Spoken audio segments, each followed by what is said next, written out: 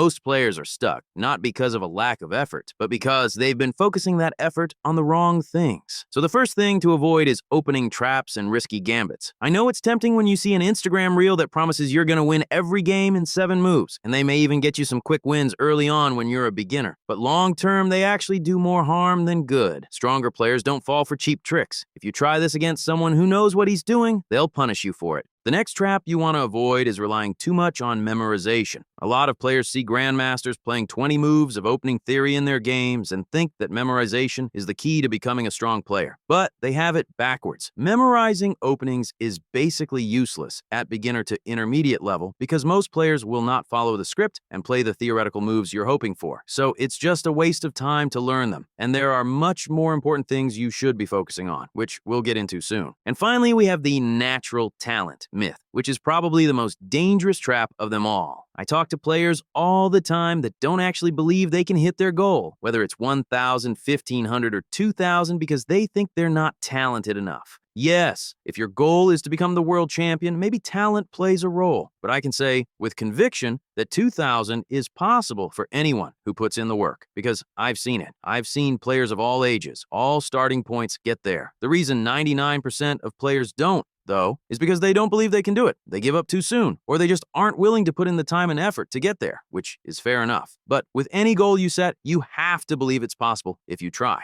So now you know the traps to avoid. Let's zoom out and have a look at the bigger picture strategy to get you from 0 to 2,000. Most players are one-dimensional. They grind puzzles all day or memorize openings, but they never develop into a complete player because they put all their focus into only one area and have all these gaps missing in their knowledge. To reach 2,000 and master chess, you need to become what I call a full-stack player. This just means you need to get good at all 4 key elements of chess: openings, tactics, strategy, and psychology. Most players forget that last one especially, and if even one of those areas is weak, it's going to hold you back. The process I'm about to show you is designed to systematically build all 4 skill sets and make sure you're always focused on the right things for your level. But how do you actually do that? Well, let me introduce you to the thing that powers every single phase of your chess journey. I call this the success wheel, and it's so simple. Right now, you watching this video are in the learn stage, but learning stuff on its own won't get you anywhere. You also need to apply what you learn. So that's what practice is about, not just mindless playing when you're half asleep at 2 a.m. I'm talking about deliberate, focused practice, where you're playing every move with purpose.